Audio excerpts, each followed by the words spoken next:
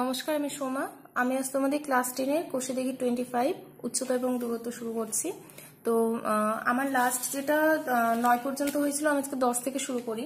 তো 10 নম্বরটা দেখো, বলেছে যে একটি লাইট হাউস থেকে তার সঙ্গে একই সরলরেখায় অবস্থিত দুটি মাস্তুলের জাহাজের মাস্তুলের গোড়ার অবনতি কোণগুলো বলেছে 60 and 30 ডিগ্রি, ঠিক আছে। এবং কাছের জাহাজের মাস্তুল যদি লাইট হাউস থেকে 150 মিটার দূরে অবস্থিত হয়, তাহলে দূরের মাস্তুলটা কত দূরে অবস্থিত এবং জাহাজের লাইট হাউসের উচ্চতাটা চেয়েছে। দেখো, এখানে আমাদের চেয়েছে হচ্ছে অবনতি কোণ, ঠিক আছে। আমরা যে আগের অঙ্কগুলো 9 পর্যন্ত করেছিলাম, সেখানে আমরা উন্নতি কোণ করেছিলাম। তো তখন আমি ফর্মুলাগুলো উন্নতি ও অবনতি কি পুরোটা আমি বলে দিইনি, কারণ অঙ্ক করতে করতে এমনি বুঝবে বলেছিলাম তোমরা। তো উন্নতি মানে নর্মালি আমরা কি জানি, যে নিচ থেকে উপরে ওঠা, ঠিক আছে। এমনি আমরা লাইফে যেগুলো দেখি যে উন্নতি মানে কি নিচ থেকে উপরে ওঠা। তো সেই হিসেবে উন্নতি কোণেরও মিল আছে ওখানে, নিচ থেকে উপরের দিককে দেখা। আর অবনতি মানে আমরা কি জানি, উপর থেকে নিচে নামা, ঠিক আছে।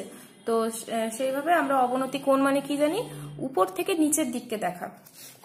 মানে ধরো, আমার বাড়ির এটা ছাদ, এটা রাস্তা নিচে, এখানে আমি দাঁড়িয়ে আছি ছাদের উপরে, আর নিচে একজন আছে। তো আমি তার সাথে গল্প করছি, ঠিক আছে। তো তার সাথে যখন তাকাবো তার দিকে আমি, তো তখন কি হবে, আমি উপর থেকে নিচের দিকে তাকাচ্ছি। তাহলে নিচের দিকে তাকানো মানে কি, আমার এই যে কোণটা উৎপন্ন হচ্ছে তখন রাস্তার সাথে, সেটাকে কি বলা হচ্ছে, অবনতি কোণ। এটা হচ্ছে অবনতি, এই যে উপর থেকে নিচে দেখলাম। আর অবনতি কোণকে আমরা সবসময় এই নিচের দিকে তীর দিয়ে ডিনোট করি, ঠিক আছে। উন্নতির উল্টোটা, উন্নতি মানে উপরের দিকে তীর দিতাম এইরকম, আর অবনতি মানে নিচের দিকে তীর দেবো আমরা। তো এই গেল হচ্ছে উন্নতি অবনতি। তো অঙ্কটা যেটা বলেছে, অঙ্কটা একটু শুরু করছি। 10 নম্বর বলেছে যে লাইট হাউস থেকে, ধরো এটা একটা লাইট হাউস, আর এটা হচ্ছে ভূমি, কারণ লাইট হাউস তো উড়বে না, একটা ভূমির সাথে কোথাও লেগে থাকবে। তো বলেছে যে কাছে একটা মাস্তুল আছে আর একটা দূরে মাস্তুল আছে। তো কাছের যে মাস্তুলটা সেটার কত ডিগ্রি কোণ করেছে, 60, আর দূরে যেটা আছে সেটা হচ্ছে 30 ডিগ্রি কোণ করছে। মানে কাছেরটা হচ্ছে 60 ডিগ্রি আর দূরেরটা হচ্ছে 30 ডিগ্রি। এবার বলেছে কাছের মাস্তুলটা জাহাজের থেকে কত দূরত্বে আছে, 150। তাহলে জাহাজের যে লাইট হাউস থেকে দূরের মাস্তুলের দূরত্ব কত, পুরোটা চেয়েছে। তো আমি এখানে নাম দিই ABCD, ঠিক আছে, পুরোটা চাচ্ছে এখানে। আর কি চেয়েছে, AB মানে জাহাজে লাইট হাউসের যে উচ্চতাটা সেটা চেয়েছে। আচ্ছা, আর একটা জিনিস বলা হয়নি তোমাদের, যখন অবনতি কোণ করি তখন আমাদের সবসময় একটা একান্তর কোণ উৎপন্ন হয় ওখানে। তাহলে দেখো, এখানে অবনতি কোণ এইরকম উৎপন্ন হচ্ছে। একান্তর কোণ মানে কি, জেড জানি, সে যে রকমই জেড হোক না কেন, এরকম যায়, এরকম উল্টো জেড যায়। তো এই দেখো, এরকম একটা কোণ উৎপন্ন হচ্ছে এটা। তো এটাকে ডট ডট দিয়ে দেখাবে, এই যে এখানে এখানে কোণ উৎপন্ন যেটা হবে সেটা এখানেও হবে। তো আমাদের এখানে কি হচ্ছে, 60। তাহলে এই হিসেবে আমরা এদিকে একটু টানবো, আর এই যে 30টা আছে সেই হিসেবে আমরা এখানে একটু টানবো। তো এই যে 60 ছিল টোটালটা আবার কত, 60, আর এই যে 30 ছিল এইটুকু হচ্ছে 30। তো এখানে নাম দিচ্ছি P, এটা নাম দিচ্ছি আমরা Q। এবার আমরা ধরে নিচ্ছি যে ধরি AB ইকুয়াল টু লাইট হাউসের উচ্চতা, আর BD equal to light house থেকে দূরের মাস্তুলের দূরত্ব, ঠিক আছে। তো আর এখানে যা যা কোণ উৎপন্ন হয়েছে সেগুলো লিখে দিব। দেখো, অবনতি কোণ কোনটা, এখানে ACB কোণ, ACB ইকুয়াল টু পেলাম আমরা হচ্ছে 60 ডিগ্রি। আর একটা কোণ কি পেলাম, কোণ ADB, কোণ ADB equal to 30 degree. Same ভাবেই হয়, এগুলো অবনতি কোণ, এগুলো কাজে লাগে না, বাট একটু দেখিয়ে দিতে হয়, তো তার জন্য একটু লিখতে হয় এগুলো, ঠিক আছে। আর অঙ্ক কিন্তু সেম ভাবেই যায়। আর এখানে যেগুলো কোণ উৎপন্ন হচ্ছে PAC, দেখো এই যে PAC যে কোণটা, কোণ PAC ইকুয়াল এই যে ACB, কোণ ACB, এরা হচ্ছে একান্তর কোণ, লিখে দেবো একান্তর কোণ। তাহলে PAC মানে কি হচ্ছে, কোণ PAC ইকুয়াল টু 60 ডিগ্রি, ঠিক আছে। আর এই যে কিউ এ ডি যেটা আছে, কিউ এ ডি দিয়ে এখানে যাচ্ছে, তাহলে এটা যদি 30 হয় তাহলে কিউ এ ডিও কত হবে 30, তাহলে Q A D equal to 30 degree. আচ্ছা, এবার নেক্সট যেটা করব আমরা আবার আগের অঙ্কগুলোর মতোই করব। ত্রিভুজ এবিসি নিচ্ছি আমরা, ত্রিভুজ এবিসি এর দেখো এবি বাই বিসি করছি, AB by BC equal to কত tan 60 ডিগ্রি। এবি কেন বের করছি, কারণ আমাদের যেহেতু এবিটা বের করতে বলেছে, মানে লাইট হাউসের উচ্চতা চেয়েছে, সেই জন্য এবিটা করছি আমরা। তো এবি বাই বিসি মানে কত, বিসি মানে 150 আর tan 60 মানে √3, তাহলে এবি মানে হচ্ছে 150√3। ঠিক আছে, একটা অ্যান্সার বের হলো, এবিটা বের করতে বলেছিল। আর কি বের করতে বলেছে, বিডি। তো বিডি কোথা থেকে পাবো আমরা, বড় একটা ত্রিভুজ থেকে।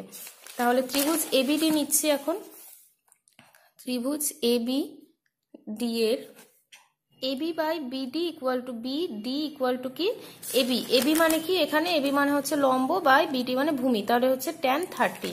তো এবি বাই বিডি মানে কত বেরোচ্ছে আমাদের, tan 30 ডিগ্রি।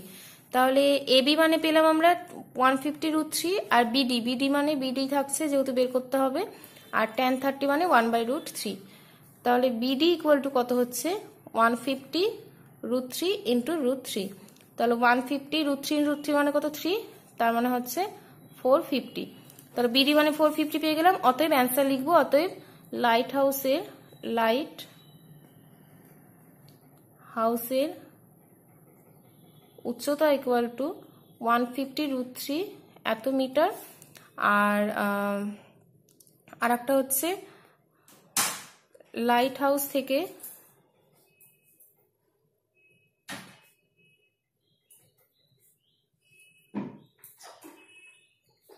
দূরের মাস্তুলটি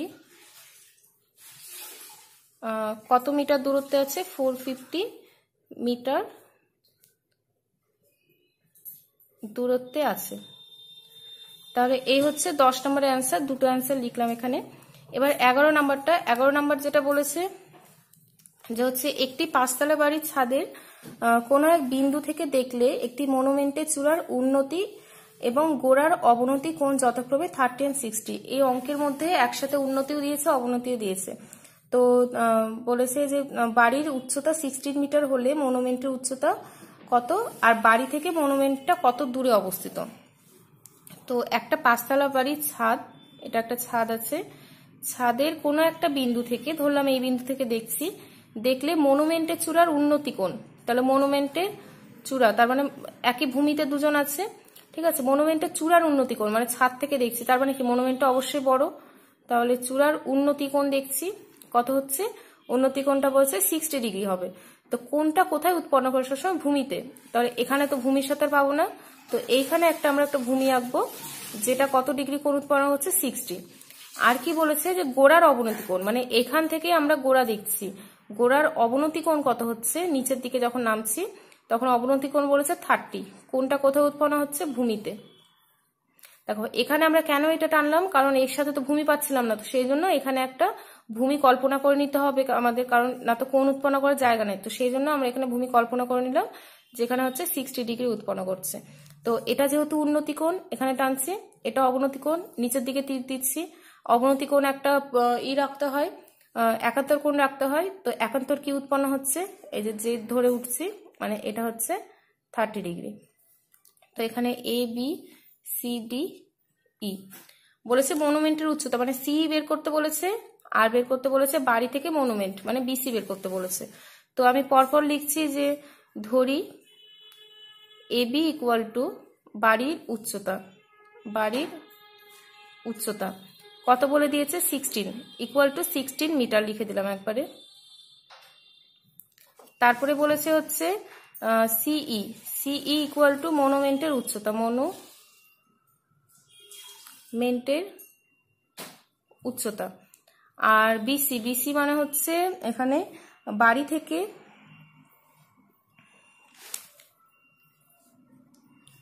মনুমেন্টের দূরত্ব, ঠিক আছে। এইটুকু লিখলাম, আর যা যা মানে সমান সমান সেগুলো লিখে দেবো। দেখো এটা 16 হলে এটাও কত 16, তো এখানে লিখবো যে এবি ইকুয়াল টু সিডি, আর আরেকটা কি হচ্ছে যে BC equal to AD, BC equal to AD. আর কোণগুলো কি কি উৎপন্ন হয়েছে এখানে, ইএডি, কোণ ইএডি ইকুয়াল টু 60 ডিগ্রি। আর এখানে আরেকটা কি উৎপন্ন হয়েছে, কোণ এসিবি, কোণ এসিবি ইকুয়াল টু 30 ডিগ্রি। আমি আর ওটা লিখছি না, ওটা না লিখলেও হয়। তো এবার আমরা এই ত্রিভুজ থেকে ক্যালকুলেশন করছি। এই যে এই ত্রিভুজটা থেকে কোণ ত্রিভুজ এবিসি, ত্রিভুজ এবিসি এর তাহলে এবি বাই বিসি মানে লম্ব বাই ভূমি ইকুয়াল টু কত, tan 30 ডিগ্রি। তাহলে এবি, এবি মানে হচ্ছে 16 by BC equal to tan 30 মানে √3, 1/√3। তো বিসি ইকুয়াল টু পাচ্ছি 16√3।